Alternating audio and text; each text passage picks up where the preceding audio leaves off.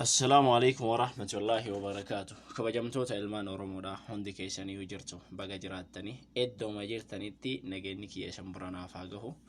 Rabbiin bakkuma isin jirtanitti isin haa teessu isiniin jedha. Kanatti aansuudhaan guyyaa har'aa kana dhaamsa gabaabduu takka qabadhee isinii dhufe ilmaan oromoodha hundi keessanii namni oromummaa walitti qabnu kan oromummaan silaalessitu kan duulli habashaan yeroo ammaa kana nurratti bante duula peejii oromoodhaa cubsiisu miidiyaa oromoodhaa cubsiisu irratti gurmaayanii waliin hojjetaa jiran kana dura dhaabbachuudhaaf homa dandeettu dalaguun kan siif aanjitu.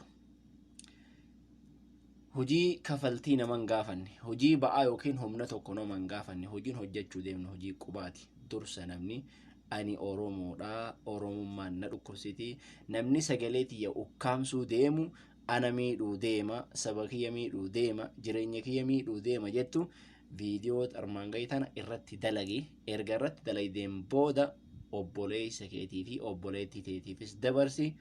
Duula nurratti baname kana nus tokkoomnee gamtaadhaan dura dhaabachuu nu barbaachisa obboleewwan tiyya.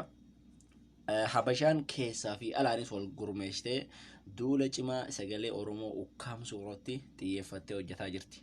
Nuti hoo kaayoon teenna diyaaspooraa erga ofiin jenne liivi marraa lallabuu qofa laa. Durumatti baanee hawaasuma duratti sagalee qabnuun iyyuu qofa laa. Sagalee qabnu sanallee tiifachuun waan dandeenyu hojii bu'aa qabdu dalaguun nurraa eegama.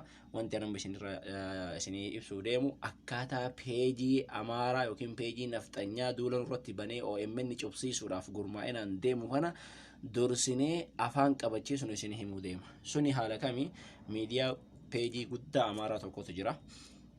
Duula achirratti gurmaa'inaan OMN gabaasa godhanii dhaabbata Facebookiitti akka OMN cufamu taasisuudhaaf yookiin ammoo peejiin hayyoottan teennaa akka cufamuuf gurmaa'ina warra dalagaa jirudha. Kanaaf dursa iddoo kana to'inaa erga fiigaseen bakka sarchiin jettuna hubattoine miidiyichi isa kana. Anammoo isa kana waan qara soqeeffame isin jalqabarraa isinii hima. Erga kana gadi tuuxaniin booda Reyot jettanii barreessitanii. Reyot jettanii erga barreessitan tokko farra isinii dhufaa kan amaariffaan dura jiru kana jecha Reyot raadiyoo osoo hin taane Reyot jedhee kan amaariffi dura jiru kana san booda akkana gadi tuuxan miidiyichi isa kana. Isa kana gurmaa'ee OMN cubsiisuudhaaf duula cimaa tokkorra jira. San booda warri bakki harqubaa kun yookiin bakki mallattoo harkaa kun bulee taate jalaa baatan qala fooloo godhaa jirtanii jechuudha. Fakkeenyaaf kanan fooloo godhee amma yoo akkana jiraate isa kana hordofaa jira, fooloo godhaa jira, isaaf bu'aa buusaa jira jechuudha. Yoo kana qabaate akkana gadi tuuxanii san booda akkanatti Allah gootanii jalaa baatanii erga Allah gootaniin booda amma erga isa gadi tuuxanii keessa gaseentan haala isa kana itti ripoortu goonu dhaabbata Facebook yookiin ammoo dhaabbata peejii kana hoogganutti ripoortu goonu isiniif himaa. Inni adeemsa akkana sirriitti nagalbeeffadha. Steeppii duraatti tuqaa sadiin kana tuuxanii namni Ingiliffaan beeynes dalaguu danda'a. Maaliif adeemsuma qofa hordofee bakkuma tuqii an jedhe yoo tuqe itti milkaa'uu danda'a jechuudha. Kanaaf jalqaba irratti isa kana tuqaa sadiin kana gadi tuuxanii eegasii sarara mallattoo raajeffannoodhaaf ofirraa barreeffama mallattoo raajeffannoo kan jalarraa ol jiru kana jechaadha. Find support or report page. Peejii kana gargaaruudhaaf yookiin ammoo isa kana report gootee rakkina inni qabu gabaasuudhaaf iddoo kana gadi tuuxaa inaccurate information, hate speech, nudity or sexual content violence dha. Amma kana maraa dhiisnee isa hate speech jedhu kana soqonnachaadha. Hate speech jechuun haasaa jibbiinsa. Haasoon inni haasa'u hawaasa jidduutti wanti inni gabaasu jibbaadha jechaadha. Haasaa jibbiinsa hate speech kana erga kana gadi tuuxine isa kana kana gadi cuqaafnaa. San booda jalatti barreeffamni next jedhu kun nuu dhufa.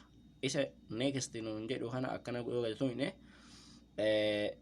barreeffama irratti thanks galatoomi, we have received your feedback, yaada kee fudhannee jirra galatoomii. Hate speech jechuun kun ammoo warra dhaabbata peejii kana hoogganu yookiin dhaabbata Facebookaatu barreeffama yaada kana si deebisa. Nuti yoo andoo kana tuuxine duubatti nu jalaa deebi'a.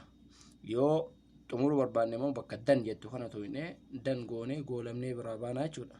Amma akka kiyyatti ani riippoortii galchee jira. Yoo nuti heddummaannee hawaasni oromoodhaa hedduudhaan kan riippoortii kana galchu taate dhaabbanni yeroo gabaabaa keessatti cufuu danda'a. yoo nuti kan callisnee kaayoon teenna leevi marra seennee gandummaa wal arrabsuu fi waluma xiqqeessuu qofa taate warri gurmaa'inaan deemu afaan nu qabachiisuu danda'a jechuudha. Kanaaf nuti immoo faffacaanee akkuma tiisaa gatii dhabuu osoo hin taane hojii firee qabdu. Namni OMN gargaaruu hin dandeenye isaa kanatti goofantii dhaqee OMN gargaaruu kan dandeenye waan akkana kanaan OMN gargaaruu mana ofii taa'ee bakka ofii taa'utti hojii qubaa hojii daqiiqaa 5 tanaan gargaarsa guddaa OMN gochuu danda'a. Gargaarsa guddaa peejii Oromootiif gochuu danda'a. Haala kanaan irratti hojjedhaa isiniin jedha. Galatooma.